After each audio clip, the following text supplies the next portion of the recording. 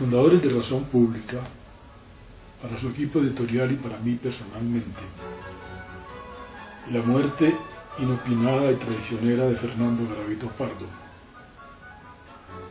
es un golpe doloroso y bajo. Yo no quiero creer que Fernando se ha ido. Por eso este viernes lo esperé y lo seguiré esperando los otros viernes para sentarnos juntos a editar nuestra revista. Eran horas deliciosas e interminables. Deliciosas porque departir con Fernando era una fuente permanente de alegría y de aprendizaje. Porque en los textos que llegan a Razón Pública, en cada uno de ellos había mucho que aprender. Cada semana para nosotros era un curso sobre las cosas más diversas de Colombia. Aprendíamos de tierras, de regalías, de víctimas, de desempleo, de Brasil, de Venezuela, de elecciones. Y esa para nosotros una fuente enorme de satisfacción. Y conversar con Fernando, oír sus comentarios irreverentes, sabios, siempre originales, sobre cada texto que llegaba, era una verdadera ocasión de crecimiento intelectual. Eran horas interminables porque Fernando se sentaba los jueves, o más tardar los viernes. Me lo imagino en su habitación austera en Mafla, un pueblito perdido en Nuevo México, donde no entran sino el sol y las arañas. Lo veo en su escritorio, austero, donde cabían apenas sus recuerdos, las fotos de Priscila, de Fernando, de Melibea y de Manuela, la niña de sus ojos y sus sueños. Y veo a Fernando leyendo con paciencia, con interés, los textos que él y yo habíamos acordado clasificar en dos grupos. El grupo A eran textos bien escritos y no tan bien escritos, que Fernando editaba con paciencia, con conocimiento, con respeto del autor. Había también los textos B, un poco más abstrusos, llenos de tecnicismos, donde había cosas para él extrañas en su corazón de poeta y de periodista. Y había los textos que Fernando llamaba ay, textos largos, donde los autores, lo digo con respeto por ellos, se enredaban en sus propias ideas, y Fernando tenía la paciencia de entender y de reconstruir a veces un pensamiento. Con Fernando hablábamos del contenido y de la forma, de las palabras, que era su mundo maravilloso. Con Fernando aprendíamos de qué es Colombia, para dónde va Colombia, y aprendíamos también de castellano y de comillas, y de qué galicado, y de paréntesis, y de los distintos tipos de negrillas y de guiones. Fernando era un maestro. Otros amigos suyos ya han hecho la semblanza de Fernando, el poeta de Ja o de Emociones y Elecciones, sus dos libros, de esa poesía escueta, dura, donde las metáforas más improbables parecían tan naturales como el canto de los niños.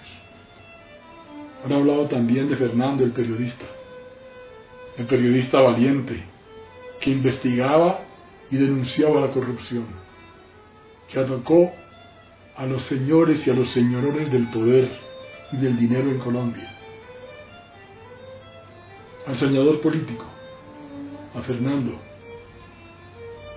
el que por amor a Colombia tuvo la quimera de ser candidato a la Cámara, y en el cual nos reímos, sabiendo que tendría muy pocos votos, pero que estaba dando un testimonio de honestidad por Colombia.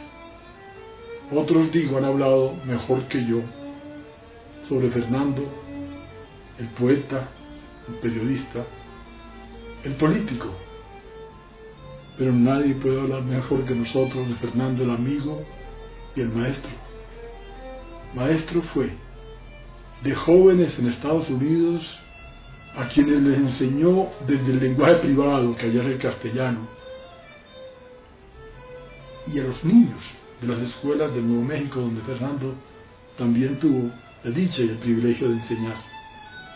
Maestro fue para todos nosotros en Razón Pública. Con cada uno de los miembros del equipo editorial desarrolló una relación personal llena de afecto, de complicidades. Sus correos, a veces más largos que los artículos que editaba, eran lecciones de vida, de literatura, de delicadeza.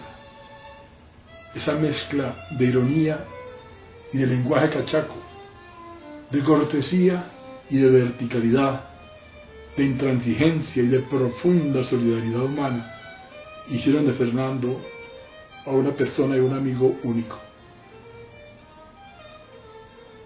Fernando, al morir, se lleva un poco de mi vida y se lleva mucho de Colombia. De Fernando quiero recordar los tiempos en que en la universidad leíamos los textos de derecho, los tiempos en que compartíamos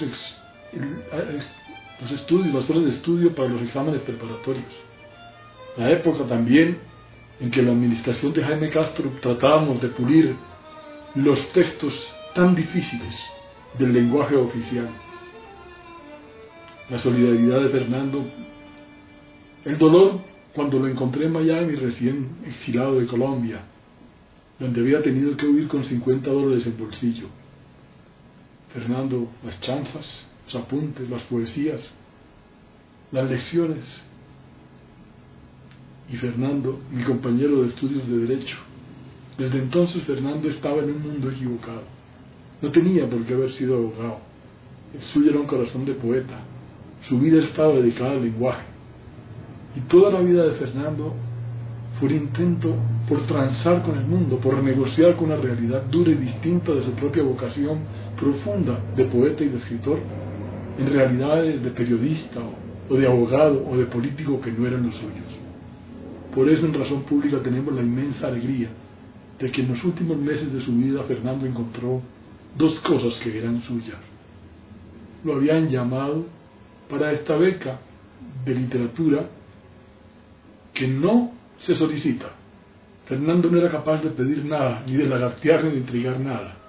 Esa beca le llegó por escogencia unilateral de la Fundación, para escribir el que sería su último texto, una apertísima biografía de Priscila Walton en el amor de su vida. Y Fernando en Razón Pública encontró también el proyecto periodístico de su vida, porque aquí no era el empleado. Aquí Fernando era el alma, era el centro, era su propio pensamiento y su propia pluma proyectada sobre Colombia.